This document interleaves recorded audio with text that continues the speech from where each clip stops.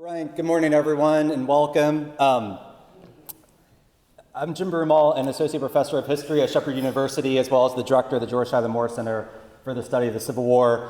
I, of course, was one of Bill's students, graduated in 2011, and I also worked with Bill as an MA student at the University of North Carolina at Greensboro before he turned me over to the capable hands of Peter Carmichael. And then Peter up and left, and then I was sort of sent to the wolves. I'm going to frame a bit of the conference today, offer some brief remarks about Bill, hopefully on behalf of my fellow organizers, and then I'm going to turn it over to Michele, to whom we owe an enormous debt of gratitude for that eloquent and elegant address last evening that captured so well, I think, why we're all gathered here today. But before beginning, again, a great deal of thanks to my colleague and friend, Angela Diaz, as well as Heather Bryson. This idea started some 2 years ago, and we've been steadily working ever since. There's been a lot of change in the program, but nonetheless, everyone has been incredibly diligent in realizing this, so we're profoundly grateful. Brenda Withington has also been integral in some of the early planning, so again, we thank her. Aaron Smith, as well as Dr. John Sinsbach of the Department of History, and we owe some gratitude to the University of Florida's College of Liberal Arts and Sciences. And to you, of course, our audience and our panelists and scholars, thank you very much for attending this event. Many years ago, while in the doldrums of writing a dissertation, a fellow struggling graduate student asked me, "Why do you go on? How do you continue?" It was, for once, because I was a graduate student, concise and clear. Because of Bill Link. I even rather arrogantly suggested that should I ever defend the dissertation and write a book, it would be dedicated to Bill. Fortunately, I did defend the dissertation, and I did write a book that I happily dedicated to him. And indeed, in a larger sense, we are all gathered here today because of our dedication to and devotion for Bill. Dr. William A. Link arrived at the University of Florida in 2004 to serve as the Richard J. Milbauer Chair in the Department of History.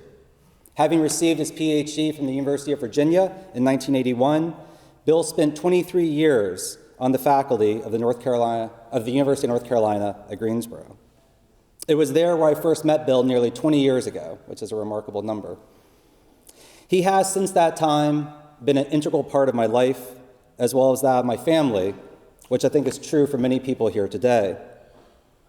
A man of profound humility, he is nonetheless a titan in the field of Southern history. A figure of extraordinary generosity, he seldom, if ever, asks for anything in return. A loving father and devoted husband, he has still managed to mentor countless undergraduate and graduate students and scores of colleagues in the profession. He has guided us when confused, carved out paths when we were lost, and offered the type of unwavering support that is often only obtained from the closest of family members. In formulating today's event, we came to envision a program that would include students and colleagues. And we did so because Bill has always meant so much to so many. The title for the event, Rewriting Southern History, offered by Bill, is, I think, an homage to writing Southern history. Edited by his father, Arthur Link, the essays were in honor of the formidable historian Fletcher M. Greene. In a review of the volume, William C. Binkley wrote, "As the director of the graduate seminar in history at the University of North Carolina for the past 30 years, Fletcher Greene has probably had a more far-reaching influence on the writing of Southern history than any other man of his generation." The same, of course, can be said of Bill. But the difference, which is profoundly important, is that Bill carried the same weight and had the same impact not only because of his work in the classroom and the seminar room, but also because of his dedication to the field and the profession, as Michele noted so well last evening. Bill has challenged us to rewrite Southern history as a teacher of undergraduate and graduate students, as a department chair and academic administrator, as past president of the Southern Historical Association, and as a friend and colleague. Moreover, Bill has, through his publications, rewritten our understanding of Southern history. As this audience knows so well, Bill has been so prolific because his passion for the craft of the historian is so great. In graduate school, I read his first book, A Hard Road, A Hard Country, and a Lonely Place, and his seminal study, The Paradox of Southern Progressivism. In these nuanced and deeply textured studies, Bill offered major reinterpretations of the New South's social history. He later challenged us to think what we knew about the secession crisis and its origins in Roots of Secession, Slavery and Politics in Antebellum Virginia. He highlighted the rich history of a place his family loves so dearly in North Carolina, change in tradition in a southern state, and quite remarkably, he turned his sights within for links, My Family in American History. Not one to rest on his laurels, he wanted to publish Southern Crucible, in which he fully displayed his writing acumen, gift for narrative, and remarkable historical and historiographical knowledge. A talented biographer, again, as Michele noted last night, Bill has produced scholarly works of great note on North Carolina politician Jesse Helms, Chapel Hill luminary William C. Friday, and most recently, Confederate officer turned sectional reconciliationist Roger A. Pryor. Throughout this event, many of the esteemed scholars assembled here will reference this impressive catalog, and rightfully so. Yet I believe we are gathered here for a larger purpose because we are celebrating a great scholar who is also an extraordinary person. Through quiet example, he has asked us to be better people, to be better friends, and to be better colleagues. It was my great fortune to work under Bill Link as a student, but it has been my incredible privilege to call Bill a friend. I surely speak for everyone here today when I say thank you, Bill, for your friendship, for your kindness, and for your generosity. Your legacy is indelibly etched in our minds and written across our hearts. Thank you.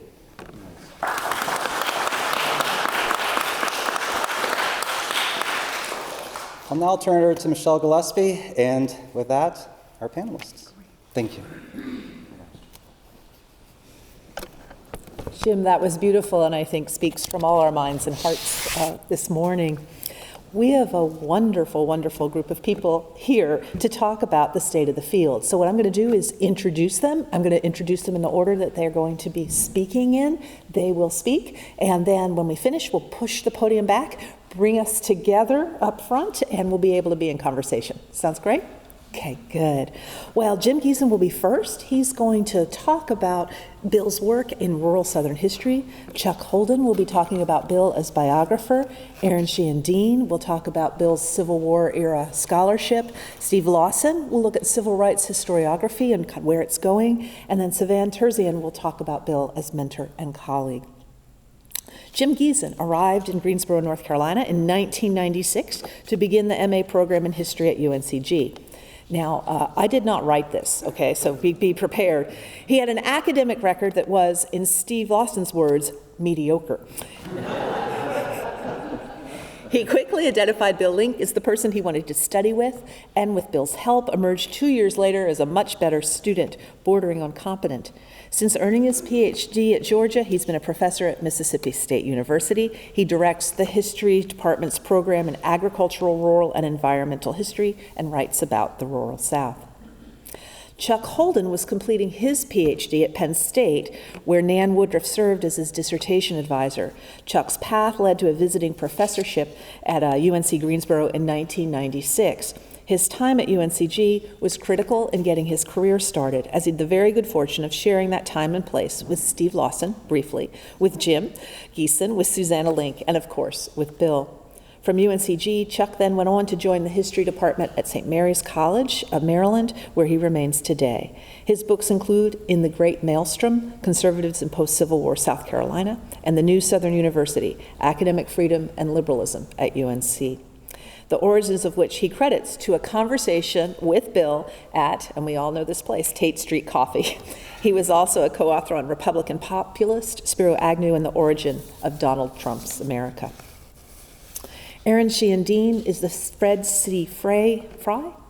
Fry, I should know that, Professor of Southern Studies and Chairman of the History Department at LSU. He teaches courses on 19th century U.S. history, the Civil War and Reconstruction, and Southern history. He's the author of the award-winning The Calculus of Violence, How Americans Fought the Civil War, Why Confederates Fought, Family and Nation in Civil War Virginia, and most recently, Reckoning with Rebellion, War and Sovereignty in the 19th Century. Steve Lawson is Professor Emeritus of History at Rutgers University. From 1972 to 1992, he taught history at the University of South Florida and was chair of the department from 1983 to 1986. He was professor and head of the history department at UNCG from 1992 to 1998, where he first met Bill. Professor Lawson has written Black Ballots, Voting Rights in the South, 1944 to 1969, In Pursuit of Power, Southern Blacks and Electoral Politics, 1965 to 1982, Running for Freedom, Civil Rights and Black Politics in America since 1941, Debating the Civil Rights Movement, 1945 to 1968, Civil Rights Crossroads, Nation, Community, and the Black Freedom Struggle, and co-authored with Nancy Hewitt, Exploring American Histories, a Survey with Sources. And Sevan Terzian is a professor in the Teachers, Schools, and Society program in the School of Teaching and Learning at the University of Florida. His research focuses on the history of education in the 20th century United States. He is the author of Science, Education, and Citizenship, Fairs, Clubs, and Talent Searches for American Youth, 1918 to 1958, and co-editor of American Education in Popular Media, From the Blackboard to the Silver Screen. He's currently researching a book-length study of the racial dimensions of what has meant to be gifted in American education. So, Jim, you are up. Thank you. Good morning, everyone. Okay, so I want to talk about rural Southern history, which is a topic, of course, Bill has covered in some depth, though I don't know he's ever described himself as a rural historian. To be frank, there aren't many people who do. But of course, many of Bill's subjects over the years have dealt directly with rural people, rural politics, society, culture.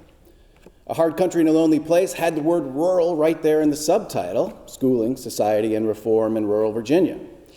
And the very heart of the paradox of Southern progressivism is rural reform efforts. Indeed, that book's argument hinges on the difficulties of progressive reform in the hinterlands. Even the Atlanta book is in some ways as much about the urbanization of rural people and rural ideas as it is about city life and politics. So with that as a backdrop, I want to talk about rural Southern historiography, but I'm going to get there in a kind of circuitous route. So I drove here yesterday, and the shortest way to get here from Starkville, Mississippi to Gainesville is not through an interstate, but it's state highways and back roads of Alabama. Some of my path took me through the old Black Belt, given its name because of its physiographic characteristics. In the 19th century, of course, this was some of the most productive soil in the United States. Pay attention to that verb tense. In the United States, if not the world. This fabled cotton crescent, if we picture Alabama on the map, it's sort of the U-shaped crescent that stretches into Georgia and Mississippi, but goes through the heart of sort of south central Alabama. The soil there was really good, and white planters bought a bunch of land during the cotton fever. They brought enslaved people from Virginia and the Chesapeake and the Carolinas and established there a cotton kingdom. If some of the houses and landscapes that you drive past as you drive that stretch, if you drive through Greensboro, Alabama, or Selma or Montgomery, as those physical markers can attest, those slaveholders and the generations that followed them made a lot of money, at least a couple generations that followed them. But what struck me most as I drove through yesterday was that, except for those occasional big buildings, most of what I knew to be the history of that place was hidden. It was very hard to make out, at least visibly, the history of the cotton kingdom that it once was. The landscape whirring past my windows yesterday was frankly bleak. It's a landscape of loblolly pines, the occasional factory churning out an extractive product like wood pulp, and a few farms, mostly chickens, dairy cattle, or peanuts. You go right past the National Peanut Memorial Monument. I mean, there's like a stretch of road where there's just peanuts next to the road, big artificial peanuts. So, of course, this isn't a great insight that I've just made, reading your minds. Most landscapes, thankfully, that we move through today are not perfect representations of the past. Some places more clearly represent their histories than others. Walking through Charleston, for instance, right? It's easier to imagine the scene, what it looked like in 1850, than it is, say, in Detroit or certainly Los Angeles. We rely on interpretations in most of these places, signs, obelisks, plaques. But there's something very different about rural spaces, which don't have as many of these markers. Americans have, of course, for generations thought about rural areas in the south, north, or west as behind urban areas. And certainly there has been in American culture a representation of rural places as kind of unchanging, trapped in time. Yet, as the Alabama Black Belt in my drive through it yesterday attests, these rural spaces have undergone as dramatic of changes in the material landscape as most cities. And finding history in those landscapes of rural America, and in the rural South in particular, is challenging. Much of that land that I drove through yesterday is actually part of the Talladega National Forest. I'm going to get to the historiography in a second. The Talladega National Forest, which covers an astonishing 613 square miles. Beginning in the 1920s, Congress authorized the Forest Service to begin buying up cottoned-out farms, places that had once been productive centers of an agricultural economy, a network that stretched from rural Alabama to Mobile, Memphis, New England, Manchester, and beyond. But by the Depression, farmers could no longer make a crop on this land, not because the prices of cotton and corn had fallen so low, but because the land would no longer produce. Erosion and gullying was a major issue on the edges of the Black Belt. And with the acceleration of cotton farming that happened after Reconstruction, the land had washed away. In other words, for about a century, planters, small landowners, enslaved people, and tenant farmers worked that land to produce cotton that filled the mills of the world. But today it's a forest with few visible signs of the cotton past. I'm interested in this because, in one, it reminds me of a place I'm writing a book about, which is some Piedmont of South Carolina, and a similar process that's happening there with forests covering old eroded cotton lands. But secondly, it struck me as I drove through, I'm acting as if I wrote this like this morning since my drive, but what struck me as I drove through yesterday was that it's emblematic of so much that has happened in Southern historiography, and particularly the ways that historians see the rural South, and kind of ways of seeing, methodologies for seeing the rural South. There has truly been, I think, a revolution in how historians have written about the rural South and seen the rural South. And what's remarkable to me is that revolution has happened in the years since I first sat down in a Southern historiography colloquium, or whatever we called them there, at UNCG in 1996 or 1997.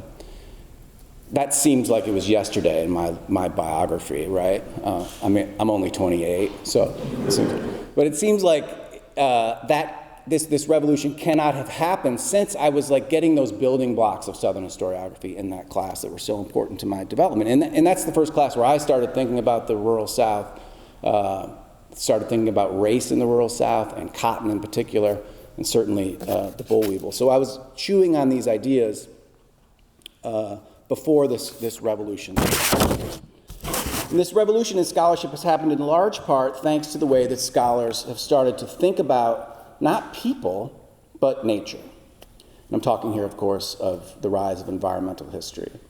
But it took a long time for that history to make its way south.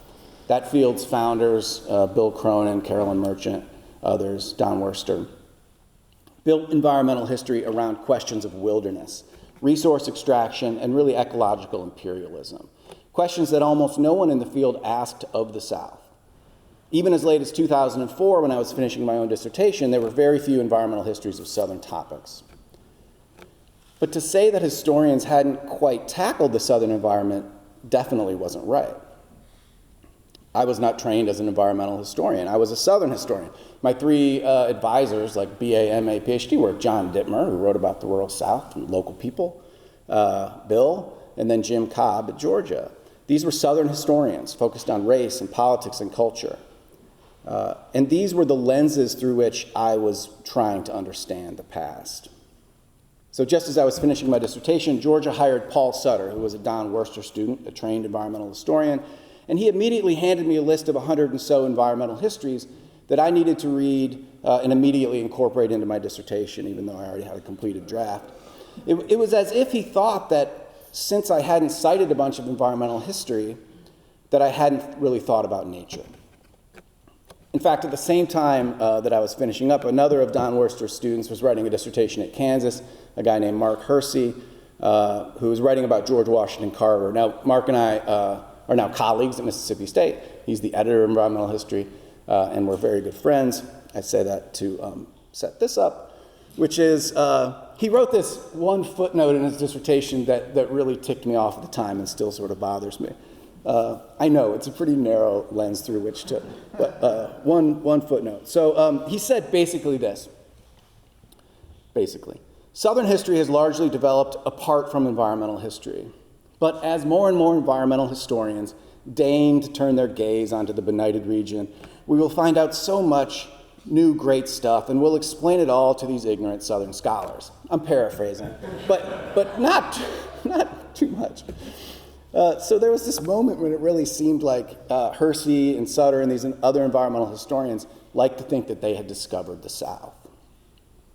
So this was a really interesting moment for the development of Southern rural, Southern environmental history, because there was this explosion of interest in the environment of the South from kind of scholars who approached it from outside of Southern history. And by any measure, the field as a result has really taken off. But one thing that I find so interesting is that this explosion of interest and the new work is how closely it has hewn to rural Southern history that has been written for a century before environmental historians arrived and discovered us. After all, U.B. Phillips said, let us begin with the weather. And so much of the classic works of Southern history deal not just with rural people and rural places, but the natural world. I could list 100 books here, right? Southern historians had long understood human history by taking things like soil, geology, climate, and water very seriously. So this was an exciting moment there, from I think about 2000 to probably 2017, when rural Southern historians, or rural Southern history, had a resurgence because of an influx of environmental history methods, sources, approaches. But it was this influx into a field that was already attuned to the importance of the natural world in its history. So the explosion of work has uncovered really important new understandings of Southern history topics. And there's kind of two categories. There's the category of books like Jack Davis's The Gulf, which is an environmental history which added to our understanding as an environmental history. But I think the greater evidence is in books like Aaron Malden's Unredeemed Land, which is a history of mostly Reconstruction and slavery, but told from a thoughtful environmental lens. And so we learn more about Reconstruction. The end of the scholarship is not the environment, but it's the place and time. So to read new histories of slavery, Reconstruction, and the Civil Rights Movement is to encounter historians, whether they call themselves environmental historians or rural historians or whatever, who are taking the natural world more seriously as a force in history than ever before. The environment, in other words, has become a force in Southern histories in ways it would not have been 20 years ago. But what's next? I want to return for a second to that Talladega National Forest to try to answer that. The history of the Alabama Black Belt is hard to find underneath all those trees. And while environmental history can help us to explain the erosion that caused the lands to fail, the ecology of that forest restoration, the history of cotton farming underneath that forest cover is really a human story. So I think while environmental historians have given Southern history a new way of seeing, what's happened in the last few years is that Southern rural history is moving back to social and political movements. I don't mean to present these as opposing poles, because we're far beyond that point, but I do think that Southern historians are increasingly interested in questions about rural people that put their institutions at its heart. This is where I've switched to pencil in my notes, so I'm going to have to pick this up. It is a return to the political and institutional questions that were in vogue decades ago, and I think this is a good turn. Some of this might be a response to President Trump and the seemingly new rise in rural white political power. Some of it might be the persistent cultural power of rural people, white and black, chiefly. But my students are increasingly coming to me with rural historical questions that way more closely Bill's understandings or his concerns and paradox of Southern progressivism than the environmental questions that they would have asked a decade ago. In the seminar I'm teaching right now, my students are looking at things like NASCAR's connection to big business, snake handling, the origins of snake handling in Pentecostal churches, and the Black Patch tobacco wars, among other topics. These aren't too far from the hookworm crusades and rural school subjects reform that are such a big part of understanding the South in Bill's work.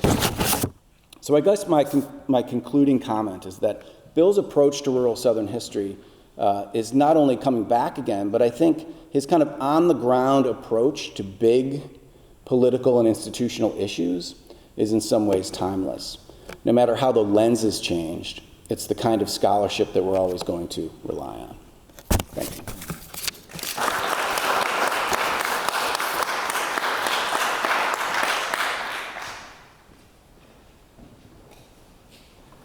So my goal this morning now is to get through this without knocking this over. That's the goal. Good morning, everyone. I'm Chuck Holden again, and just so delighted to be here on this occasion. As Michele observed last evening, the historical profession has long had a love-hate relationship with biography. This is in part because of its potential for reaching a wider reading audience, seemingly a good thing, but always a cause for suspicion. And because of its narrative storyline, a structure seen as passé in some circles. Biography, writes David Nassau, quote, remains the profession's unloved stepchild, too often seen by academics as, quote, a lesser form of history. Well, I like biography. I like Bill's biographies. I might like to write a biography one day. And let me just say, I think I would make a great subject for a biography. I've lived a hell of an interesting life. I met Hubert Humphrey once. In 1959, Nikita Khrushchev visited the Iowa farm of Roswell Garst. Roswell Garst's nephew once dated my mom. So you see, the story writes itself.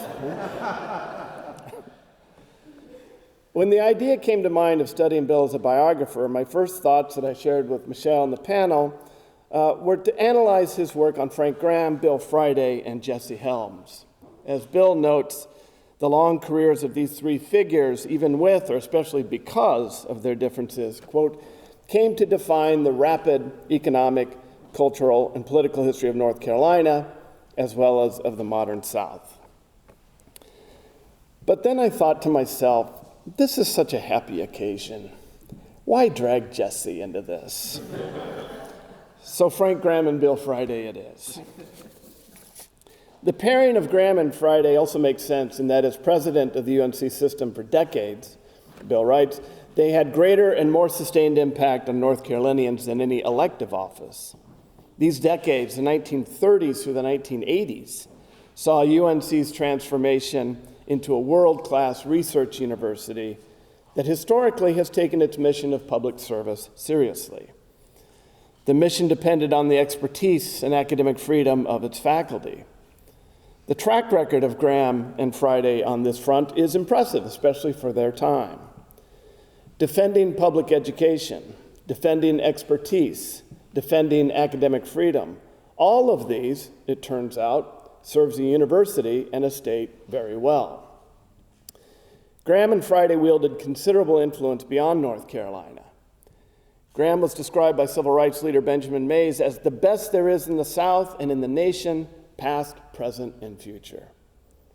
Named UNC president at the beginning of the 30s, Graham, Bill writes, became one of the most significant white Southerners of this era as a liberal reformer and New Dealer, an advisor to presidents, and later in life, an international peacekeeper. Bill Friday became UNC president in 1956 at the ripe old age of 35. His leadership at UNC over the next 30 years cemented his legacy. The Chronicle of Higher Education paid tribute to Friday as, quote, one of academia's most competent and knowledgeable leaders, while the Durham Herald referred to him as an educational giant. So, are these examples of the great man biography then? Not really. They are certainly not in line with Thomas Carlyle's observation that the history of the world is but the biography of great men. Literary scholar Paula Backscheider writes that even today, many biographies, quote, still celebrate the master narratives of nations. They come to thundering conclusions, she writes, as though the nation was gathered at the bedside. For example, I give you a line from one recent biography. How recent, you ask? October 2022. The line reads, "To Lincoln, God whispered his will through conscience, calling humankind to live in accord with the laws of love." Well, Bill's treatment of both men is certainly not that. Throughout, Bill's voice is judicious, even-handed. In the introductions, he explains the personal connections he had to both and acknowledges his admiration for them. Yet Bill's subjects are enmeshed in a complicated world that is changing, straining, nearly coming apart at the seams at times, and in which they struggle mightily to keep their heads and their universities above water. In both, we see legacies that are far-reaching and historically important, but imperfect and not always heroic. This is especially the case when we turn our attention to how each struggled with the matter of race relations in the South. The Graham and Friday presidencies straddle the landmark Brown versus Board decision in 1954. So as readers of biography, we are drawn to those moments when influential figures are caught in the maelstrom of change. We want to get inside their mind to learn their thoughts and feelings. And so as we follow the narrative of their lives, the driving questions the reader has for both men regarding Jim Crow's impending collapse are how and when, and then now what? Given that his presidency ran through the 1930s and 40s, there was really very little Frank Graham could do, since state law prohibited UNC from admitting black students. More than most, Graham acknowledged the injustice of the law. But he was also able to avoid having to answer about its endpoint, the how and when. When challenged on the subject, as he was by people like Paul A. Murray, whose application to UNC was denied, Graham relied on the gradualist approach from the post-World War I era, citing the uplifting power of education and his Christian faith. So in other words, one day, a non-answer almost. Theoretically, given that his presidency began in 1956, there was a lot that Friday might have been able to do, and it seems the spirit was willing. Bill writes that already in the late 40s, Friday and his wife Ida, quote, had become increasingly convinced that the time had come to end Jim Crow. But again, how and when exactly? And then after the Brown ruling, now what? Friday's immediate challenge was his own board of trustees. He knew that despite Brown, Bill writes, there was a strong likelihood that the board would remain opposed. And then after the Supreme Court's 1956 Frazier case, dealing with UNC's law school specifically, Friday still recognized that, Bill writes, quote, desegregation for at least the next 2 decades would mean a slow trickle of blacks into the university.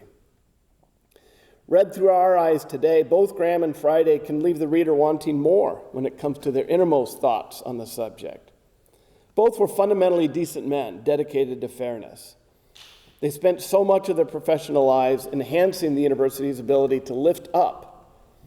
Both understood how important, life-transforming even, it was for young people to have access to the education UNC offered. And they did wield influence in Raleigh and even in D.C. But yet both had to confront the all-too-real legal, political, and social limitations when it came to integrating African American students and institutions fully and equally into the state university system. Neither Graham nor Friday ever seemed to really share privately, or in a way that an historian can track down, how it felt to play a part in the systematic denial of opportunity to their fellow North Carolinians.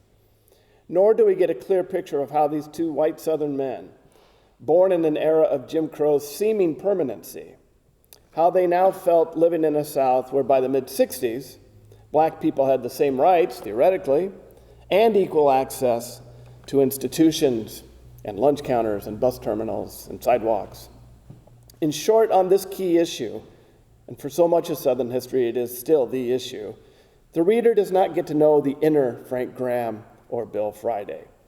I don't think this is an accident, and I don't think it's the biographer's fault. I think it is exactly how Graham and Friday would have it.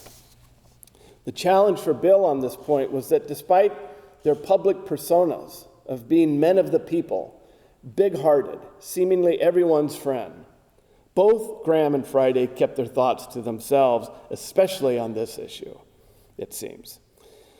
Very much like what contemporaries said of FDR, Bob House, who worked with Graham for years, said everybody supposes they know Frank Graham, but he was too deep, too complex for anybody to know. Likewise, Friday, Bill writes, was a very private person in that he kept his own counsel and confided in few people. Even after the long, drawn-out process of desegregating and rebalancing the UNC system ended, Bill notes, Friday remained reluctant to, quote, say much about the case then or later. Part of the explanation for this elusiveness is certainly generational and gendered. Men of the early and mid-1900s did not emote often or easily. And elusiveness on key issues can be a challenge any biographer confronts. Timothy Tyson, even after his biography of Robert F. Williams came out, wrote, "I am not here to tell you what made him tick. His wife of 49 years wasn't too sure she understood either." In short, the elusiveness of Graham and Friday is part of the story. So perhaps we are well served by Paula Backscheider's observation that biography as a genre, she writes, assumes that what a person does expresses an inner life, personality, motives, aspiration, character. And here, Bill skillfully opens up our view to what these particular men of power and influence did in the middle of historic forces for change. Here I don't mean in the middle as caught up in, I mean literally in the middle.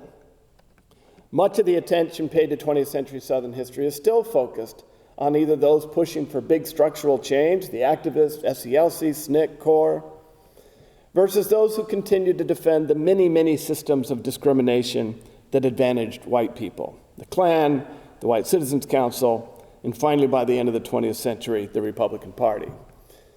But Bill shows us two men who for over 50 years were positioned between those two, with access to power and influence, but still constrained in what they could actually do. Still, Graham often and enthusiastically worked on the margins, so to speak, supporting African-American speakers on campus, agreeing to play NYU in football when NYU had black players, defending UNC professor E.E. Erickson when he dined publicly with James Ford, the African-American vice presidential nominee of the Communist Party. Friday, on the other side of Brown, had arguably the bigger challenge, having to navigate between a resistant board and a larger conservative white community on one side, and on the other, civil rights and black power groups, the Office of Civil Rights, Supreme Court rulings, new federal laws. It was a tough multi-year slog for Friday that lasted well into the 1980s. Given the constraints they were under, both Graham and Friday were keenly attuned to how things could go very badly if they were not careful. See Ole Miss in 1962. And sadly, more times than not, they were right. So the role played by white Southern liberals in positions of power was crucial, if less heroic than we might like. Again, that is likely a byproduct of biography as a genre and the often outsized expectations that we as readers bring to them. So, in the end, it seems that God did not whisper his will into either man's conscience. Or if God did, we can't find the primary source to back it up. Instead, much to his everlasting credit on these two important figures, Bill gives it to us straight, their elusiveness and all. Thank you.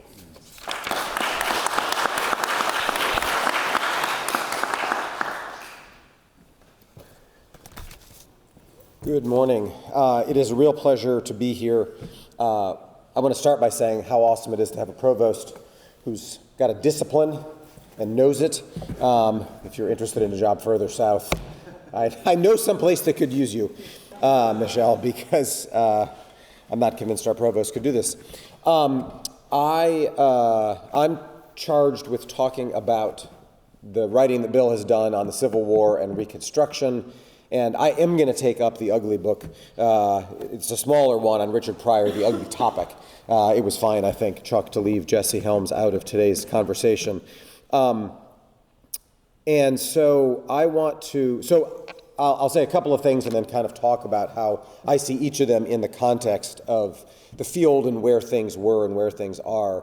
In all of three of these books, that is the book on Roots of Secession that Jim mentioned this morning, which talks about Virginia in the 1840s and 50s, and then on the Pryor biography, which is really a kind of Reconstruction, Civil War and Reconstruction book, and the book on Atlanta. Bill is interested in causes and consequences, not on the war per se, which is as it should be for a Civil War historian, for a Southern historian. Civil War historians have the luxury of only being responsible for 4 years of history. So even doing this is quite a stretch for me. But Bill has, as we all know, done a lot more chronologically. And I want to return to that idea and the ways that I think Southern history can actually help us think more broadly in a way that wasn't probably true when we talked about Southern history or regional history 25 or 30 years ago. All of the work in these three books is at the intersection of political, military, economic, and social history, which is a real asset, I think, as well. And I should say, because it wasn't in my biography, I started my teaching career at the University of North Florida in 2003, which was terrifically fortunate timing for me. Again, I credit my whole life to just good timing and blind luck, because then Bill arrived here the next year and immediately invited me to come attend the Milbauer seminars, which for the 45-minute drive, Jim, you've probably made it, but if you want an even more depressing rural drive, do the one east from here to Jacksonville, Florida. I was happy to do that on a regular occasion, and so I know a lot of the graduate students that Bill had back in the 2000s, and that was a super stimulating part of my Florida experience. Intellectually stimulating Florida experience is itself a rare phrase, it occurs to me, but you can find them here, and I was happy to join those. So the Roots of Secession, Bill's book about Virginia, came out in 2003, and I will say at first, I was nervous about it, and justly so, because I was writing a dissertation at the time that I finished my dissertation in 2003, and then the book came out, and I thought, shit, not only is there a whole bunch of maps that I had clumsily made that he had better, but his kind of synthesis of what Virginia looked like in that period does a lot of what I had thought I was going to do. He had come to UVA and given a talk probably in 2001 or 2002. And at the time I thought, oh no, but it's too late. I'm just going to sort of work ahead. But it was a book that was really useful for me, and I'll try to talk about why. And also, having returned to it recently, I was struck, first of all, by the way in which it anticipated so much of how we talk about slavery today, and the ways in which it was ahead on how we do political history today. A decade before Ed Baptist and Walter Johnson's books helped, I think, reorient or elevate the role of violence in slavery, Bill was drawing attention to this, to the desperation inherent in slave societies. And he hadn't previously, as Jim's introduction explained, been necessarily a historian of slavery. What he did was read very carefully, and that makes it sound like it's easy to accomplish. It's not, right? There's a kind of magic trick here, which is you somehow read all the secondary sources, I don't know, between midnight and 5 in the morning, and then do your day job, and then sort of work your way into new fields. But he did this very effectively by both attending to the ways that enslaved people took action within the system. So this is primarily the people who are running away within Virginia into Maryland and then to Pennsylvania. And then secondarily, the ways in which that process initiates a whole sequence of political conflicts between these states that sort of escalate in national politics. So enslaved people are acting against the system, and then it was also having this secondary effect in national politics. We have since had a great deal of writing on the ways that enslaved people have escaped. There's a raft of books on my shelf from the last even just decade, some of them on the kind of trade, high academic boundary, looking at escape down to Mexico, or different, escape in New York. There's a whole variety of these. In some ways, I think Bill is anticipating the importance of thinking not necessarily about the Underground Railroad, that is, the kind of white apparatus that may or may not have helped enslaved people escape, but on the decisions that black people are making and on what that experience is like.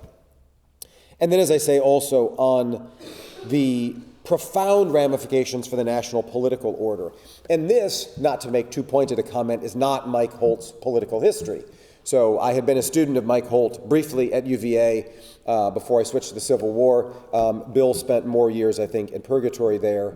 But that political history, which is a very old school political history, operated almost entirely at the level of partisan politics. And it's important history. We need to understand how the structure of the partisan system collapsed or locked up in the 1850s if we're to really understand secession. But what Roots of Secession and what a lot of Bill's history, not just in this book but in other ones, does is show us how the bottom and the top come together. That is, the ways in which the decision by enslaved people to take action immediately alters the national political landscape. And this is a very hard feat to pull off. It is difficult to kind of intellectually connect these, and it is also difficult, I think, to narratively connect these. And Roots of Secession does that very well, and it's a kind of effort that we need more of, that as we sort of return to political history, and there's been there's been some written about the resurgence of political history over the last decade or so. There are a lot of people now writing good political histories. And I think we're at a moment where we might see more of this kind of integration that takes account of the actions of regular people and the ways those can transform the order. It sort of remains to be seen. But in one way, I think this book is a good model of how to do this. Bill's post-war, that is post-Civil War books on Roger Pryor and on Atlanta are, I would say, post-war history not about the lost cause. And so I think this is also a useful sort of direction for us to think about now. That is, what else are people doing? He doesn't deny the existence of the lost cause or the creation of it, and in fact, his book on Atlanta shows the ways that white people worked deliberately to marginalize the experiences of black people during the Civil War and Reconstruction. But it turns out that, it may come as a surprise to us here in this room, most people don't spend a lot of time thinking about the past. So altering the lens of what it is that we are studying, what it is that we think white and black Southerners are doing in the post-war period is important. I'm not suggesting that memory studies is no longer an important field. It remains a very vibrant one, and it's been terrifically vibrant within the larger Civil War field for the last decade. But I think we could use more studies like these two that are on actually the history itself rather than the memory of this period. And the memory fights aren't going away, particularly here in Florida. That is, how should we understand what happened during Reconstruction, most importantly, probably, to be honest. That is, the advent of a biracial democracy, and what does that mean today? But there is a lot left to uncover about the ways in which those unfolded. So I'm going to talk a little bit about the Pryor book and then Atlanta, as I say, and then I'll come back to Southern history. So I was happy to kind of be there for the whole ride of the book about Pryor. Bill delivered the Fleming lectures at LSU while I was there, which was it was fun for me to be able to host him for a change. Well, I should say that I was virtually hosting since this was during the COVID and a period when we actually have not had as many Flemings. And so I was both glad that Bill kept his commitment on that and then gave 3 very good lectures in this new weird format that we were trying out to understand this guy, Pryor, who turned up in Roots of Secession. I have to admit that I didn't remember him, though that's where you sort of saw that there was more to say about this. And Pryor is a fire-eating secessionist in the 1850s and somebody fully committed to the Southern culture of honor who figures out how to adapt and in the post-war period. And Bill follows this very tortured path all the way to reconciliationist New York attorney. And what it shows us is the adaptability that white Southerners manifested during a period in which we might have wished that they just sort of imploded and went away, not to be too blunt about it. But I think that what he's doing here and what is the kind of historiographical accomplishment is to compel us to return to this generation of men who fought the war but didn't necessarily consume their lives with the lost cause. Pryor is probably unique as an individual in terms of his success and his ability to go to New York and figure out a way to kind of thread the needle as a very public figure. But he's not at all atypical in the generation of men of that who fought the war and then found ways to adapt into a new environment. And understanding those people, not celebrating them. He doesn't do this, to be sure. And I would say, sort of as Chuck alluded to, I mean, he does not handle Pryor with kid gloves, to be sure. But it is an analysis that helps us understand what he's doing. Similarly, the book on Atlanta shows us adaptability. Right, the white goal from the beginning, as Bill describes very clearly, was to jettison or to allow slavery to be jettisoned, to use the passive voice, but not white supremacy, to figure out ways to maintain white supremacy through the 1860s and 1870s, despite what we think of as the transformative power of the Civil War. And that should, in the first case, give us pause about claiming too much for the transformative power of the Civil War. I think what Bill shows us, and it's a more modest claim from the perspective of a Civil War historian, is that the war alters the nature of the fights over race and over federalism and over the role of regionalism within the United States. It does not solve those. The pre-war problems are not somehow fixed. The terms on which those happen are modified, and then there is basically our modern terrain, I think, that we inherit from there. And Bill shows that this is a story of challenge, that black Atlantans are from the beginning contesting the ways in which white Atlantans are trying to erase their role in that experience and their role in the future, and they are playing a pivotal role, particularly through educational institutions and others. And I think in writing that part of the book, which is a kind of Reconstruction history, Bill accomplished something that's very difficult to do in Reconstruction, which is basically balance the violence and the ugliness and the oppression with the hope and the optimism and the work that black Southerners are doing to take advantage of this new post-emancipation landscape. That balance is, I think, present in general in Reconstruction literature. Some folks, though, I think in their books tend to focus on one side or the other. It's difficult to achieve in individual volumes.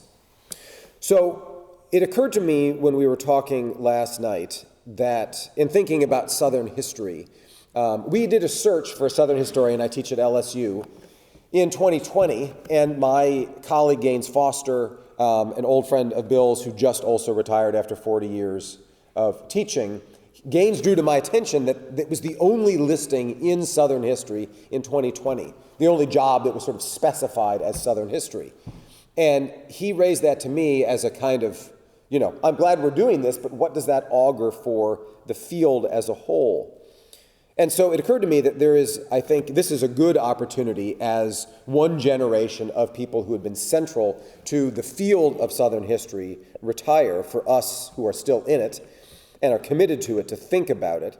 And one of the things to observe is that, as Bill did it, Southern history is bigger than the history of slavery or the Civil War or Reconstruction or progressivism or the New South or conservatism or modern politics. That, in fact, Southern history requires a level of synthesis that many of our subfields do not. And I consider the Civil War, with all of its 60,000 ridiculous books, as a subfield. Right, and also civil rights, and also progressivism.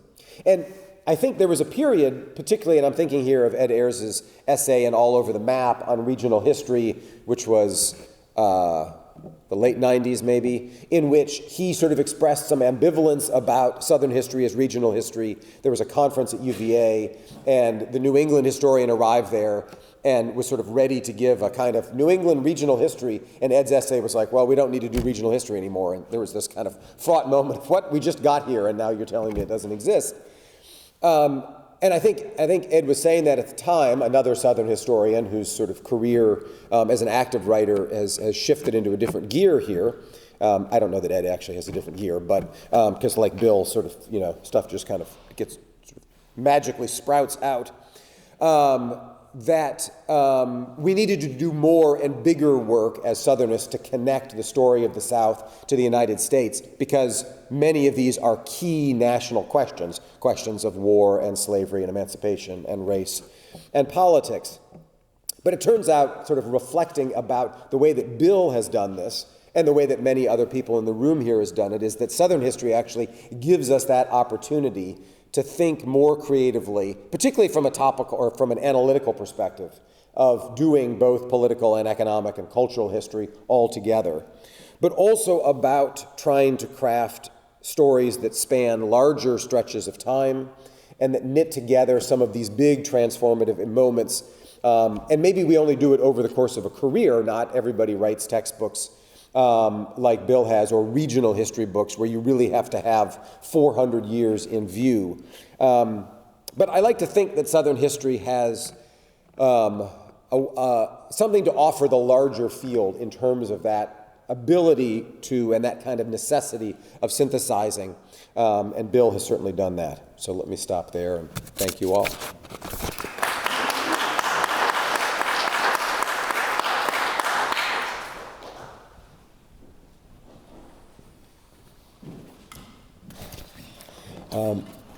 First of all, I'd like to set the record straight.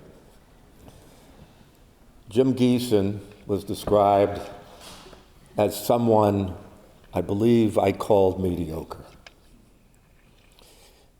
I may have, because that's what John Dittmer, who taught him at DePaul, referred to him as a student who had a lot of promise, but had not shown it. And we let him in, and Bill was part of this. We admitted him to our graduate program, not in spite of the fact that he may have been mediocre, but John had also told me that Jim in his earlier days played basketball with Derek Jeter in Michigan. And that was the key. And you see how these unexpected events ultimately flourish. The second thing I heard, again, and this one troubles me, Chuck, he refused to talk about Jesse Helms. And I'll say again, which opus did Bill dedicate to Nancy and myself? Jesse Helms. No one's going to read it. They don't talk about him. Bill has written on so many topics, and you're all here to talk about them, ranging over a long sweep of history, probably like no other historian, past or present, that I know of has done. But fortunately for me, he left open the field of civil rights history. So I'm not going to be talking about his work in civil rights history.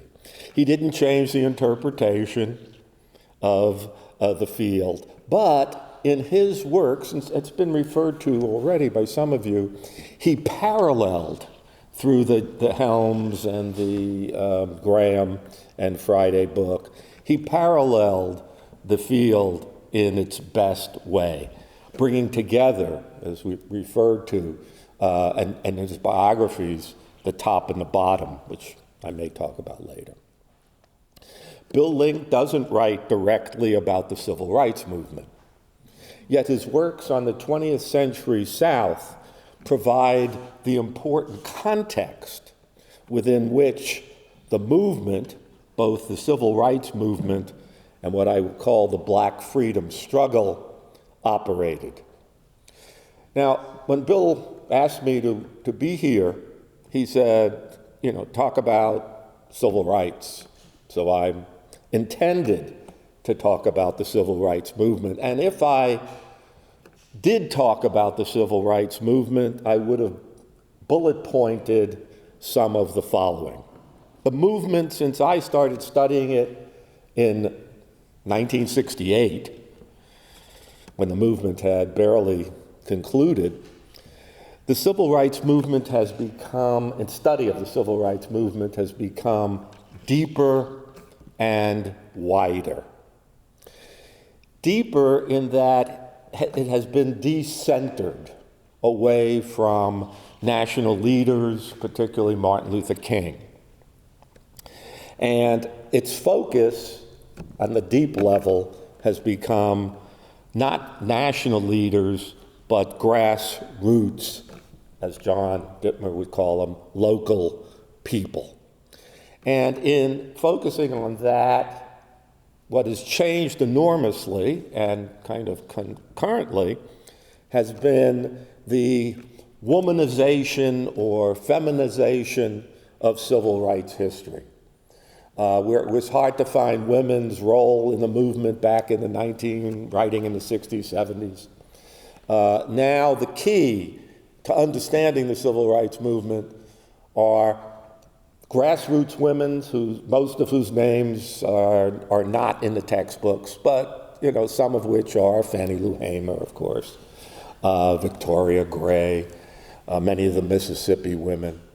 But also national women, or people who were known before, like Rosa Parks. Rosa Parks has been reinterpreted, not just as that a kindly old lady who happened to sit on a bus. We now understand the radical history of Rosa Parks, the radical history of Ella Baker, national figures.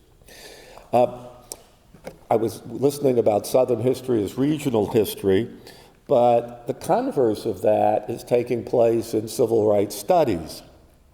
Southern history as U.S. history. Southern history and civil rights as national history. And here, in the last decade particularly, we've had a number of studies of the civil rights movement in northern cities, Philadelphia, Detroit, New York, Oakland, places like that. And I think for the future, as more of these studies have come out, the question that remains for me is comparative.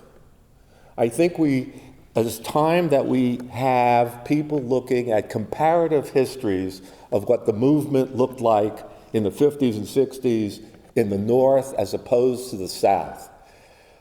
Is there a difference? What is the major difference? Is it homogeneous or heterogeneous? And I would lean a bit toward the latter, but nonetheless, I think we need the studies. Now, again, if I were going to talk about this, I would have to talk about what's been commonly accepted now as the overall paradigm of the narrative of civil rights history. And that is first really brought to light and constructed by my graduate school colleague and close friend, Jacqueline Hall. About a dozen or so years ago, she reframed the history of the movement, calling it the long civil rights movement. And that's pretty much, I have to say, to my chagrin, what the history now of the civil rights movement is called, the long civil rights movement. And I've written against that in a work that is not very much consulted, apparently, in a book called Freedom Rights. Jacqueline's piece, of course, is quoted everywhere. I think what she's talking about is not the long civil rights movement, but the long black freedom struggle. And I think there's a difference, not just semantically. The long black freedom struggle continues, of course, to the present, and it will go on into the future. But it contains different movements aimed toward a common goal of freedom, equality, political power, and justice. But within this framework, and appearing at different times, were different movements: abolitionism, Emancipation Reconstruction, the Niagara NAACP, Garveyism, Black Power later, the Popular Front movement, and that's what she's talking a lot about in her article, Popular Front movement of the 1930s and 40s. And then, of course, what we normally have called the civil rights movement. I I've used the term the short civil rights movement, but that's not as elegant as the long civil rights movement. So it's the classic civil rights movement. That's what it's come down to, the classic civil rights movement. But I think it's the civil rights movement. The classic civil rights movement from 54 to 68 was as distinctive in its own framework as the periods in the Black freedom struggle that preceded it. I have no objection to studying continuities in the Black freedom struggle, but I think it's more important to study the changes and differences in these movements, particularly the one from around 54 to 68, which next to emancipation was probably the most successful. And then why was it the most successful? What is the context? A whole lot of things that take this short civil rights movement into account. In this way, if we do this, we can discover how these movements operated in different ways, emphasized different concerns, drew in different kinds of people, and achieved different results. Historical context explains, I think, the difference among these movements and how much success they achieved. And just to give you an idea, recently I looked at the controversial AP Black Studies proposed unit, whatever it is, program that, of course, the state of Florida has rejected. And I was curious to see how they framed it. And of course, in the unit in which they were going to teach what they called the long civil rights movement. So my first thing was, oh no, I've lost again. But when I looked at what they were teaching, it was 1954 to 1968. They called it the long civil rights movement. So it's become meaningless. Unfortunately, I think it's one of those phrases. And anyone now who writes a book, if they, a book on some black figure or whatever in the 1890s, they call it, the long civil rights movement. So I think it's meaningless. But I'm not going to talk about all that. Instead, as a citizen of the state of Florida, in which I've now lived almost not quite half my life, I want to raise the issue of civil liberties, which Bill has written about in his books on Graham, Friday, and Helms. Today, as you all know very well, civil liberties in higher education are under assault in the state of Florida. Under the banner, quote, freedom, Governor DeSantis and his allies are attempting to impose a system of indoctrination that violates both academic freedom and the accepted scholarship of race and U.S. history. The targets are varied. They are faculty tenure, designed, of course, initially to protect innovative thinking, innovative curriculum, the integrity of New College, the state's premier honors college, and the promotion of diversity and inclusion. Now, I taught the history of race and the civil rights movement for over 40 years. But in doing so, I didn't base it on critical race theory, but on critical race history. Historians were writing about structural racism, what I call critical race history, long before CRT became a right-wing trolling meme. In fact, Bill's work on the system of unequal education in the Jim Crow South and progressivism for whites only amply demonstrates the racism embedded in politics and culture long after the end of slavery and Jim Crow. For over a century, the history curriculum in secondary schools and higher education featured what might be called non-critical white history in dealing with slavery, Reconstruction, and Jim Crow.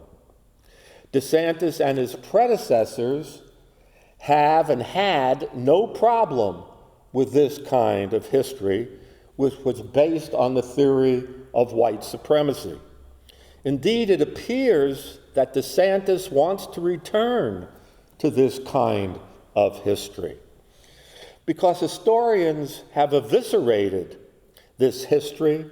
DeSantis wants to indoctrinate, a word he uses to belittle fact-based current scholarship, this and future generations of students. He wants to indoctrinate to accepted, debunked myths and historical fairy tales, and in so doing, creating a history with race, gender, and economic class omitted. And I quote him here: "The core curriculum must be founded in," single quotes, "actual history, the actual philosophy that has shaped Western civilization," DeSantis says. "We don't want students to go through at taxpayer expense and graduate with a degree in zombie history." Zombie studies is what he said, end quote. In other words, the only real history is whitewashed, middle-class, male, heteroformative history. In the name of interpretive balance, he seeks to impose right-wing theories, and by doing so, destroy the freedom to read certain books and engage in critical thinking about our nation's racist and sexist past and present. If that doesn't lead to a degree in zombie studies, I don't know what does. It's not new in Florida. The state faced similar anti-civil rights, anti-civil liberties attacks in the 1950s and 60s, spearheaded by the so-called Johns Committee. DeSantism, however, is a much more sophisticated attempt than was the Johns Committee in thought control carried out supposedly in pursuit of freedom of choice, fairness, and civic virtue. Now, Bill is, as I think you heard last night, a lead plaintiff in a current federal case challenging a DeSantis-inspired survey of political opinions in the state's colleges and universities. Bill has drawn the very best lessons from Frank Porter Graham and Bill Friday, who as university administrators in North Carolina had, as Chuck pointed out, had to walk a fine line between freedom of expression and the repression of unpopular views. That case is pending, so it's not clear. There are several other cases that are on the docks as well. Hopefully, Bill's work will lead to resistance of students, of faculty, the communities who support them, to lead to resistance of these pernicious attempts leveled against the teaching of fact-based history. This is actual history.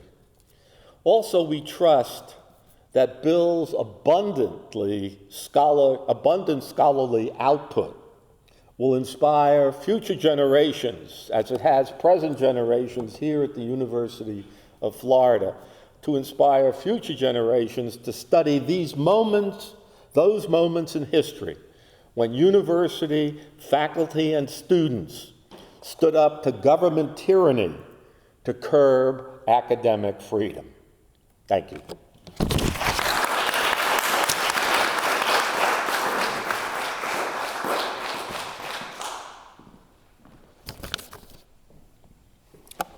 Good morning. My name is Sevan Terzian. I'm a faculty member here at the University of Florida, and I want to talk about Bill as an unwitting mentor, colleague, and friend. As has been made abundantly evident here since last night, we're acknowledging in so many ways how widely known Bill is as a prolific and profound scholar, as well as a dedicated and impactful mentor to students. But I can also say he has been exceptionally collegial. I've been at UF for 23 years and have had the privilege of being Bill's colleague for nearly 2 decades. And what I'd like to share with everyone for a few minutes is about how much I've appreciated Bill's generosity, insight, and encouragement, and all that I've learned from him along the way. It seems almost obligatory to begin any conversation about Bill with a reference to his father, Arthur Link. I'm sorry, but I'll explain why I'm doing this when I finish my remarks. It will come full circle. When I was studying history as an undergraduate student at Cornell University, I was mentored by the diplomatic historian Walter Lefebvre, and I became very interested in understanding the role that Woodrow Wilson played in the so-called Armenian Mandate question at the end of World War I. I'm a descendant of Armenian genocide survivors. And at first I was worried that I was too close to the subject to study it. I came from a household of scientists. You had to think you had some dispassionate distance. And Walt Lefebvre said, on the contrary, you should study it because you care about it. Seems obvious now. But he also said, if you want to learn about Woodrow Wilson, you have to begin with Arthur Link. And that's when I became acquainted with the breadth and depth of scholarly insight and expertise and rigor that Arthur Link represented. And that was my first indirect acquaintance with Bill.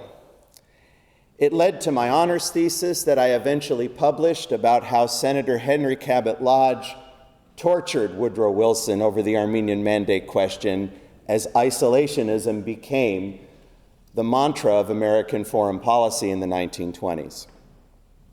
Then I moved as a PhD student to Indiana University, hoping to study diplomatic history and learning that there were none left there at the time.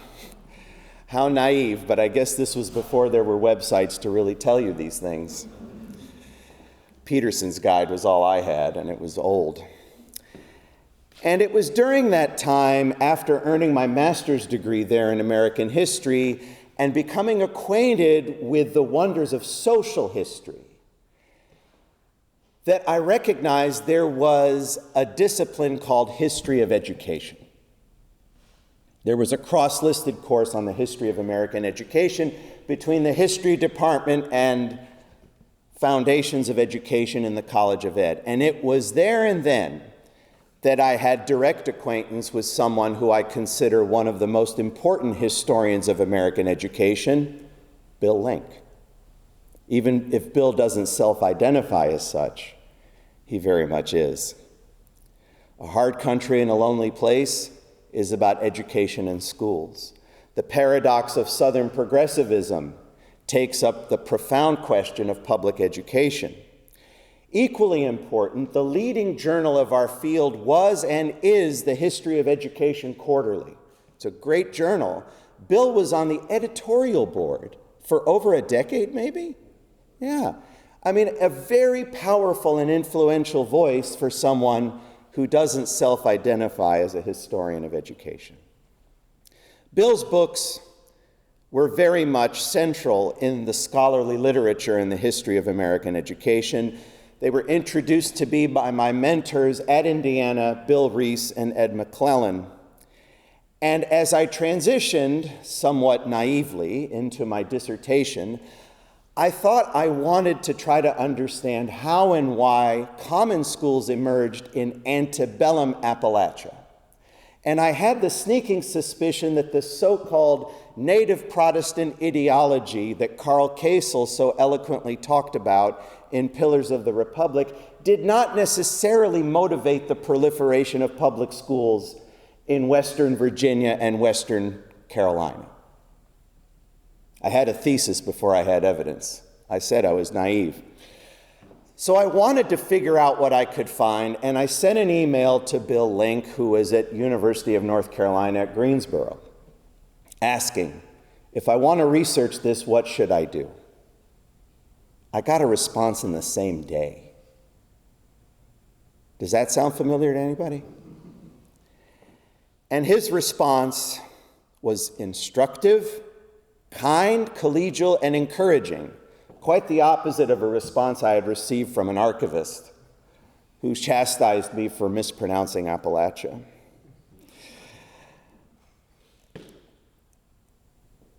As a footnote, after some fumbling around and mistakes made in the archives, I came back to Bloomington with rather little. And so I moved on to something else, a different project. But it wasn't for a lack of Bill's constructive advice. I'm grateful to that. And it was only years later that I realized the depth and sincerity of that kind of response. Because in 2004, I was delighted, after I'd been here for a few years, that Bill was coming to join the history department. And I'd been working hard in my first few years to try to make history of education more visible here at UF. And I thought of Bill as a historian of education. And it was during the roughly 2 decades that we've been colleagues that a few more things became evident to me. I want to touch briefly then on what I've learned from Bill as a mentor of doctoral students, as a scholar, and as a colleague. Mentoring doctoral students, I couldn't believe. I thought we had lots of students in education. Bill was mentoring dozens of doctoral students here in history. And some of those who studied with him are obviously here and helped organize this event. That's evidence enough of the profound and devoted attention that Bill devoted to each of them.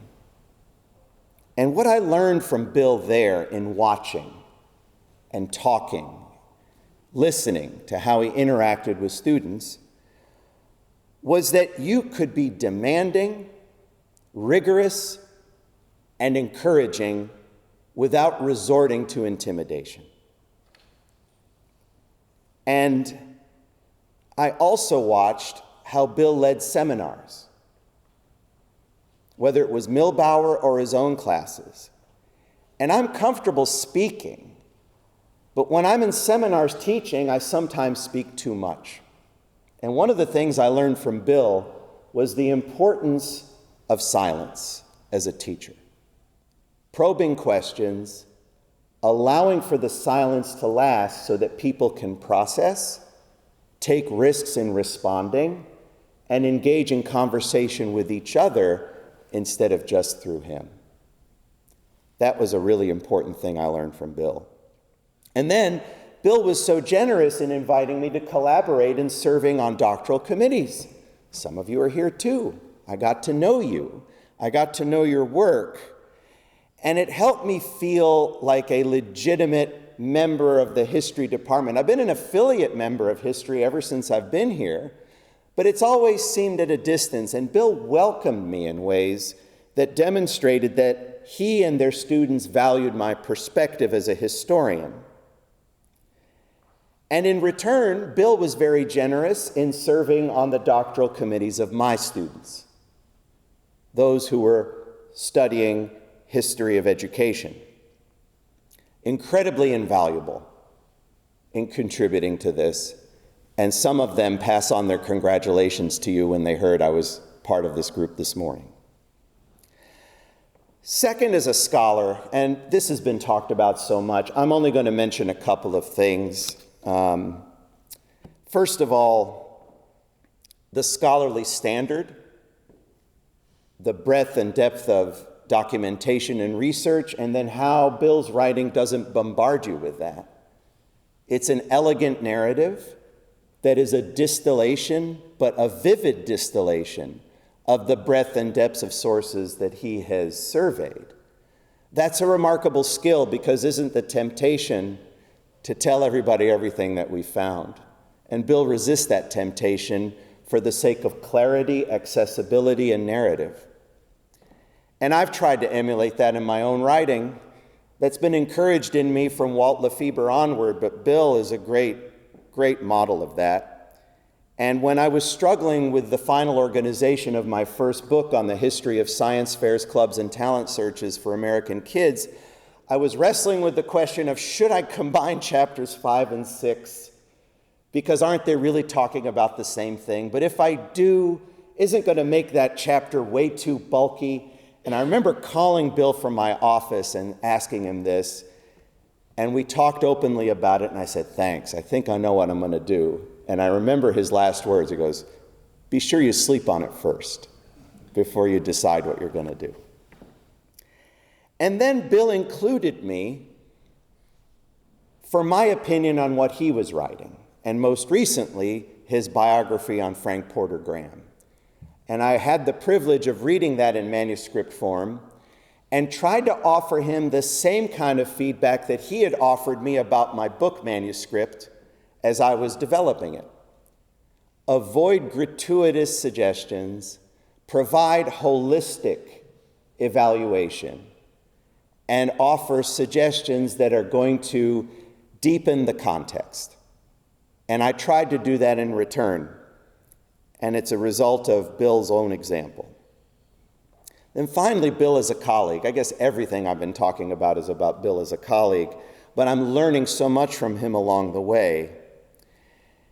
In 2018, we had the privilege of hosting a regional conference here at UF.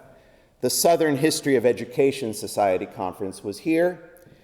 And as a host institution, because this is a bit of a ragtag organization, we had to generate our own funds to host it. And I asked Bill, is there any way you could help? And naturally, he said yes. Help make it a very memorable meeting. We even had a nice event in the chapel over Lake Alice with music being played. We served bourbon. It was nice. And more importantly, Bill added prestige to the event by being a participant and presenting some of his research on Graham.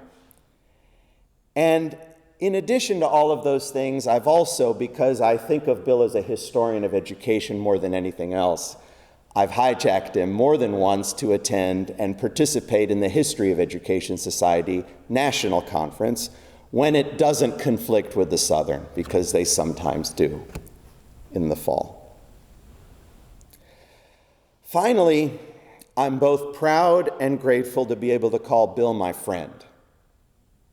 I've long felt a strong connection with him, and here's where I return to Arthur Link. One thing that Bill and I have in common is that we're the sons of fathers who were larger-than-life professors at the universities where we grew up. My dad was an astrophysicist at Cornell University for 49 years. He helped make that what it was, and he's one of the best teachers they ever had. For a guy who was 5'5", that was a long shadow. It would have been his 84th birthday yesterday. It's a double-edged sword to grow up with that kind of capital, but still feel like it's really hard to measure up. And I've often wondered that about Bill without talking about it much. But what was interesting is that my mother, who lived in Gainesville, was friends with Bill and Susanna, just as I was. And she was able to observe us together. And she said, you know, in some ways, you're very similar. You're kindred spirits. And you also come from similar circumstances. maybe that's the biggest reason why I appreciate Bill so much. He's thoughtful, considerate, generous, and wise. I'm going to miss Bill as an advisor and a colleague for all of the reasons I've mentioned, but I sure look forward to many more years of us remaining good friends. Thanks.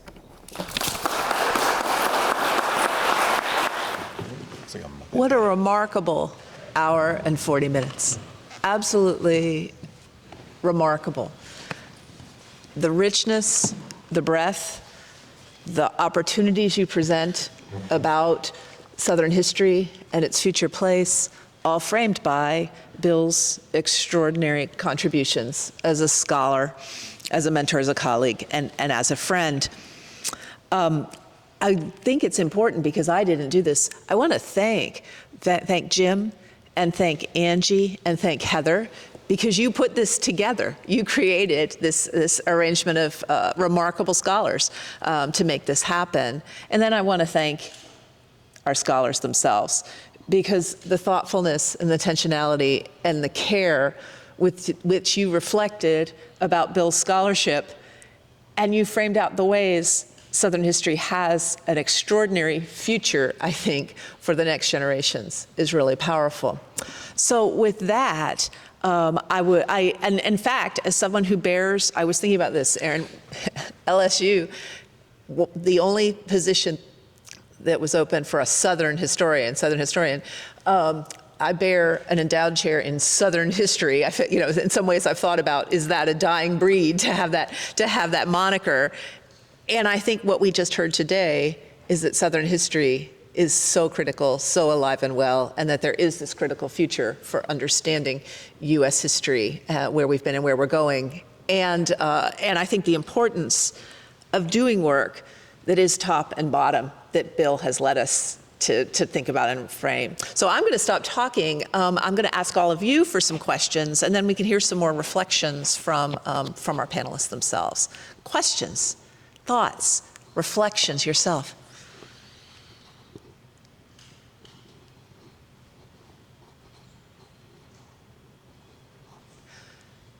Can I jump in with a comment? Yes, you can.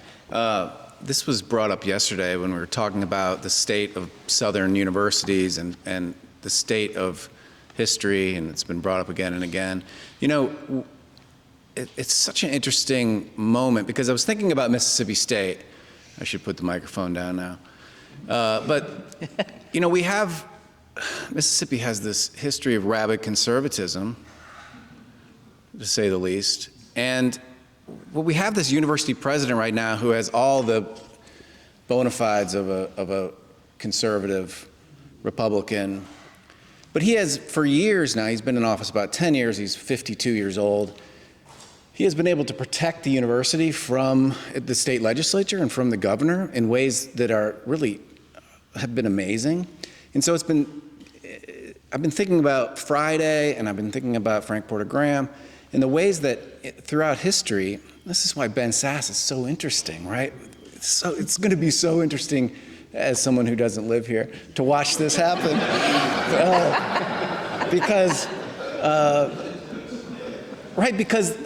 all of these different moments, Southern universities have had to navigate, this is obvious, but like the more conservative politics of the state, and in some ways protect academic freedom. And I mean, there are great examples of how that has happened, and we can just go through all the universities in the South and sort of figure out these moments when they've been under attack. And so to have a PhD in Southern history, a Glenda Gilmore student, right, running the university at this moment with this, it's going to be fascinating to see. But there are these moments throughout Southern history where people have had to deal with this, and most of the institutions have survived, right? And academic freedom has survived. Maybe that's hopeful. I think it's hopeful. Others, will you want to comment on that? Think about that in thoughts. I think Jim raises a good point. I mean, history shows that Florida here, we survived the Johns era, but it was a different time. And what worries me as a resident of the state of Florida now, we live in an oasis in St. Petersburg. which is kind of like Chapel Hill in North Carolina, maybe Starkville in Mississippi, I don't know. But what worries me is that we live in a one-party state. I mean, there's a Democratic Party, but it's not really very functioning. And I don't see where in the future the Democratic Party is going to be competitive. In a sense, I was thinking that we're living in the same kind of one-party state, but now the Republicans are in power, and the way during the segregation era, people lived in a one-party state in the South. And it's interesting to think about how those people who were liberal at the very least, or even moderate, like, Graham and so forth, how they persevered. I think more and more studies should look at that, how people who were not part of, the large majority, how were they able to live and navigate through this, and which I think the folks here in Florida are going to have to be doing, for a very long time. And that's what's a bit disturbing. What Sass will do, who knows? He does have a PhD from a great university, but the current governor has a law degree from the same university, and I'm not sure that elite universities necessarily, produce forward-looking people. I think that myth has taken place. But I want to be hopeful for the younger folk. And I think it's important for the younger folk to learn from the movements we've talked about and not accept blindly what may happen to them. And that's where change can take place.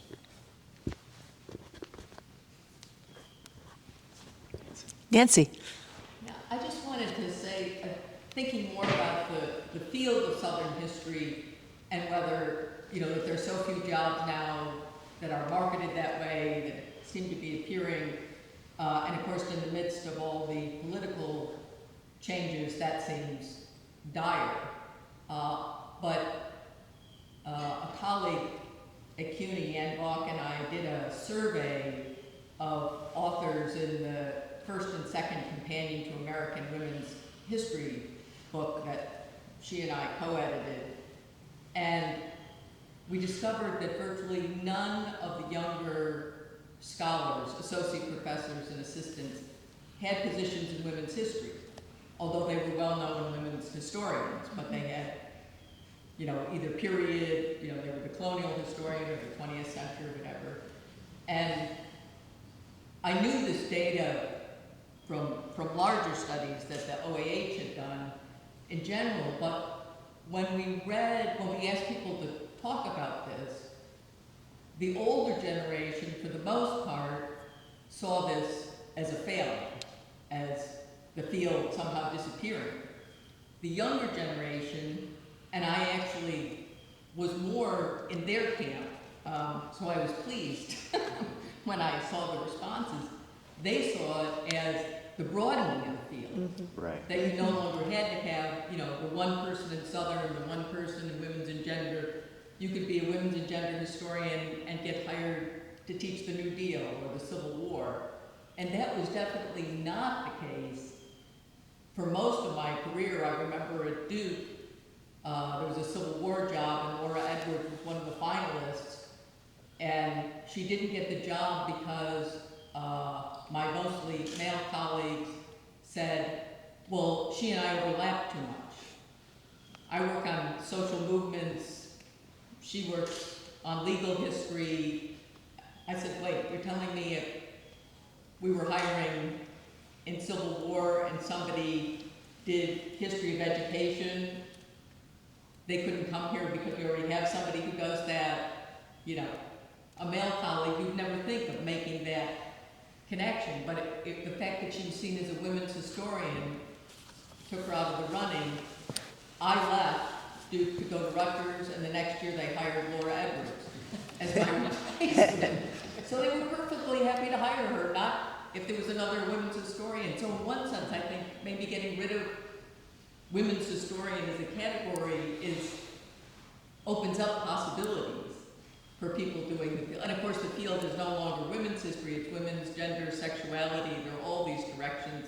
It means masculinity now as well as femininities, there are all these, and I'm hoping the same is true for Southern history, that there may not be as many jobs in Southern history, but it doesn't mean people doing Southern history, they could get jobs in environmental history, or all kinds of areas where it won't feel like, oh, there are going to be more jobs in the South because that's who cares about Southern history. That maybe it actually is we're taking over other fields rather than being excluded from the one we created or helped to create. I love that, Nancy, and that makes me think about Fletcher Green's rewriting Southern history. What all of you are doing and contributing to is rewriting American history, right? Rewriting U.S. history, in essence, is what you're saying. Yes, absolutely, absolutely. Walter. I might say some things that might be bothersome. I'm an amateur. I love history. I'm not a professional. Today is February 10th. If we had a patron saint for rewriting Southern history, it might be W.J. Cash, who on this date was publication date for the Mind of the South. So, in slew that day, 80-some years ago, in 1941, I say that it might be that the field is changing, that the professional historian is going to have to learn, or models for professional historians might be those of the non-professional historians like John Egerton, John Meacham of our time, Taylor Branch, Eli Evans, those who have not been in the academy but yet have found ways to write our history. I think many of the people who are writing the American colonial history are non-academics. The one we get into the argument of popular and academic and all that, but I'm saying in this time of economic and professional change that might be where rewriting Southern history, a direction is going. I don't know, but that's something to think about. Thanks, Walter. What do my colleagues think? Can I actually, I wanted to also just return for a second to Nancy's comment, which seems to me that, one of the great tensions as I see it, as historians we're supposed to identify by time, that's our métier. Mm-hmm. So what has always been fascinating to me is the way in which Southern history is geographically bounded, and I'm sure you have thoughts about this as well, Jim, but I think there's a productive tension there in the way that when we have sort of analytical fields, military history or women's history, military history is one of these, I think, that in some ways has kind of disappeared, but now in fact there are real opportunities, particularly for places that want people who are doing global or transnational history.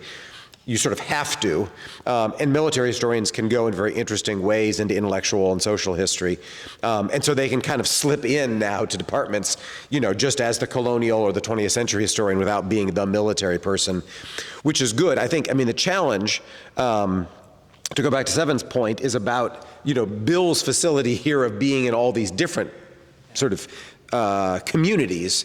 And so being able to go to the Women's History Conference or the Society for Military History and sort of understand the framing of those questions that are of concern there, and then also pull back and go to the Southern. So to the graduate students and the sort of younger folks in the room, that seems to me one of our challenges.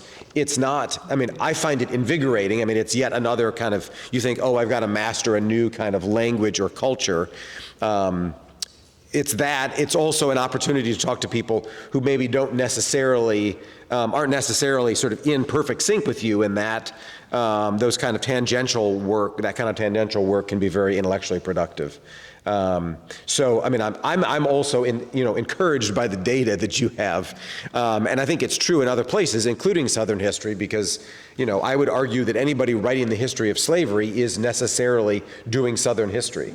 And so very few of them today would necessarily call themselves Southernists, But I mean, we ended up hiring for this job as a Southernist somebody that does the history of slavery and carceral studies in Louisiana. And, you know, he goes to the SHA, not as often as I think he should, but, you know, he's doing Southern history. And so, I mean, I think that's part of what makes our field sort of uniquely productive and interesting. So. Oh, Marjorie. I was wondering what parallels. Look, we're going to give you the microphone. Thank you. I was wondering what parallels you see between the current political effort to control what's taught in schools and what's said on campuses, and what professors are free to teach on campuses at present with the lost cause era, the 1890s on into the 20th century, when the people who were trying to keep white supremacy and states' rights alive were making such efforts to control institutions there. I mean, we've seen this before. It was difficult to get out of it, and now it seems like that, you know, right after monuments have started to be taken down, that they're turning now to thought control and mind control and curriculum control, and wonder if we can learn anything from history in that regard. Any thoughts on that?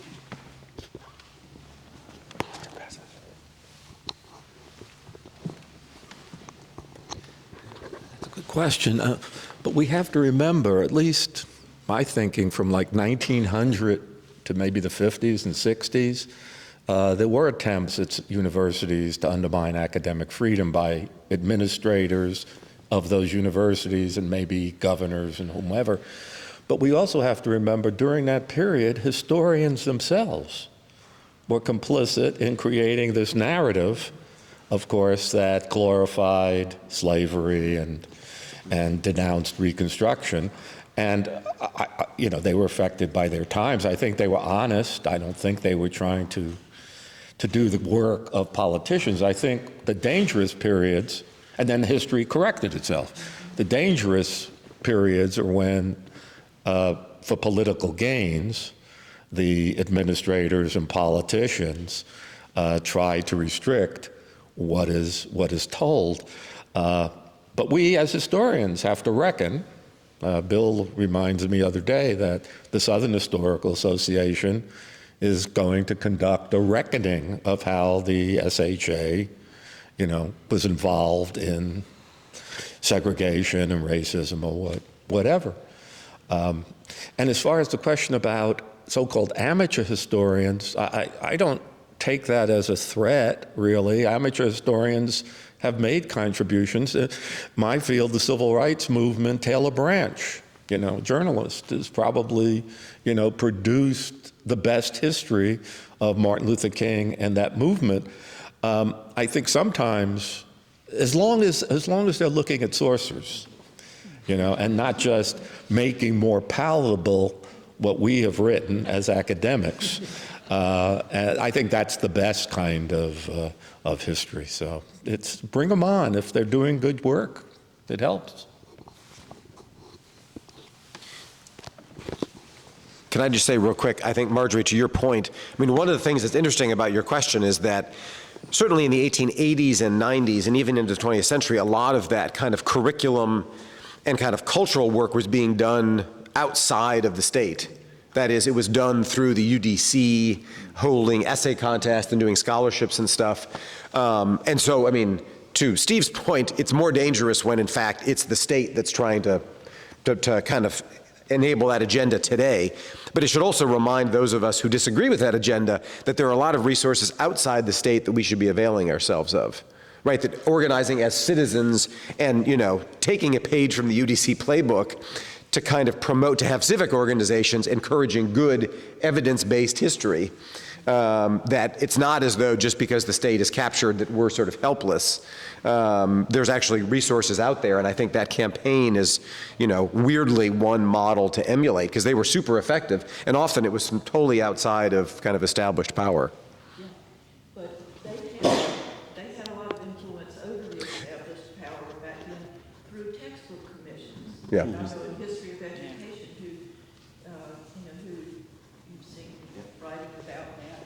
Obviously, some people pretty very hot this former student, my former student, has written about this, but it wasn't totally outside. Yeah, that's true. They really had influence and power, and I thought in terms of, I think I've written a million letters of recommendation to her, in which I've said we've always wondered about how it was possible that an ideology that sprung out of slavery in the antebellum period ended up being perpetuated so thoroughly through so many generations, and it turns out it was the work of a very determined group of people who captured all kinds of institutions and as women were working outside of the system and outside of direct power, but managed to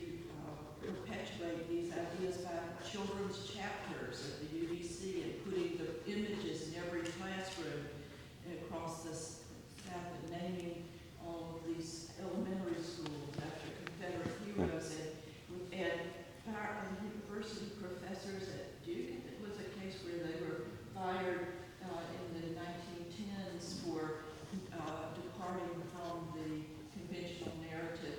I mean, the liberals have been accused of political correctness and of trying to control what people think, but no one has ever done it so thoroughly and so well as that 1880s, 90s group of white Southerners, including those women who, working with the powers that be, just didn't let you think or say anything that departed from the history that they had helped outside the academy to write and put together, and then place their books in all the schools. So I mean, they, like you said, maybe we could learn something from that if we wanted to be as PC as blue vote folks. I was going to say a little bit about House Bill 233, which is the case that I am a plaintiff in. There are three provisions of that law. The first is the recording provision, which enables any student to secretly record a class that you're teaching. The second is an anti-shielding provision, in which students are not supposed to be shielded. This is a curious turn of phrase. Shielded from unwelcome ideas. And then the final third section is the survey, in which departments are supposed to administer annually surveys of both students and faculty that in which they state whether they're either liberal or conservative. So it involves, the law itself involves a direct assault on academic freedom and on the public university system, the ability to speak the truth, the ability to convey to students the difference between fact-based history and imaginary history. And so in a sense, it sort of cuts the heart out of Southern history, what we do in Southern history. The core of Southern history, at least the last decades, 50 years or so at least, is race. And under 233, you simply couldn't do that. And that's part of what my testimony involved, was sort of discussing what the law meant and how it affected the way we write and the way we study Southern history. So. What were the questions you got? Well, the questions I got from our side involved, well, mostly they were trying to demonstrate that even though I was going to retire, I was still affected by the law. So a lot of the presentation of the plaintiff side involves involved, sort of discussing how it altered the courses I taught, how it sort of was insidious in the way that it sort of undermined the faculty-student relationship in the classroom. And then even beyond my retirement date, it involved, I think, I'm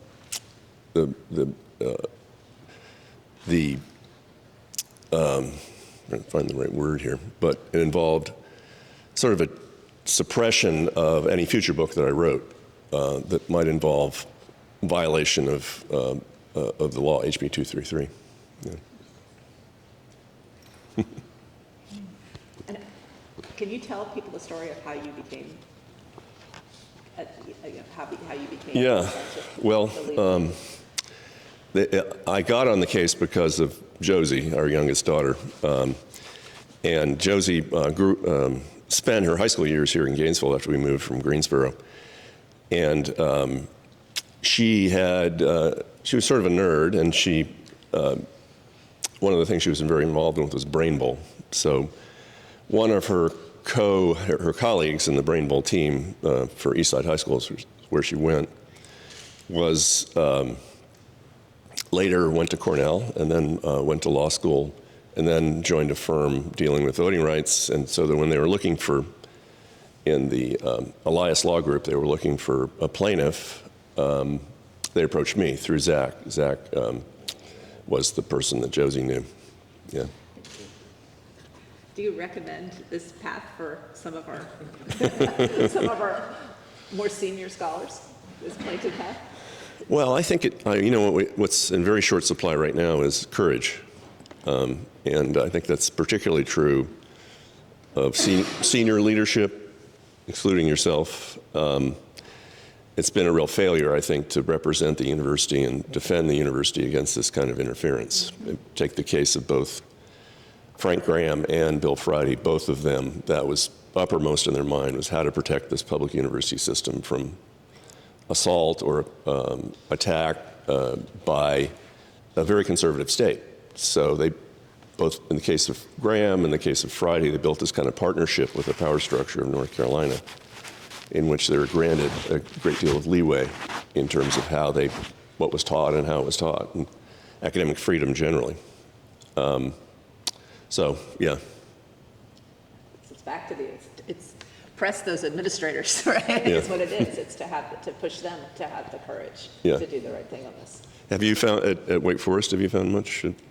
I think that there's a tendency, I guess I said this last night, a tendency to take the middle road, to say that we are very balanced in everything that we do all the time. I mean, that is what I hear. And I also, I think that, and we have more protection in private university, but our trustees do respect academic freedom. So that, I think that's what is the holdout for me in a private university. But a lot of the folks will be talking with conservative leadership across the state of North Carolina and beyond, and pushing us on this, pushing us more and more on, are we really doing viewpoint diversity? Why don't we address this more, right? You know all your faculty are liberal, have a liberal bent. Are we sure, right? Are we sure that there's objectivity in the classroom? So I hear that a great deal from that constituency, from alums and from trustees. What's happened in a number, including this campus, has been the creation of centers that are sort of designed to subvert the campus culture. I think it's the Hamilton Center, and they're funded by, in this case, state money, but also Koch brothers, I think, are involved. That's happening all over the country, and that came out in the case in the expert witness testimony. Both of them talked about how this was a national strategy of building from within, but also subverting what was going on in campuses. And I think that's where we had, when I started as dean, I walked into a Koch situation where the university was already getting like $4 or $5 million from the Koch brothers, from the Koch Foundation, and I walked into it. And I couldn't believe it. couldn't believe that this was one of the first things I was going to have to deal with, because the funds were to create tenure track positions in the business school and in the college, which mitigated against everything, right? All of our process is about how we choose our faculty members and how we have a fulsome search process, et cetera.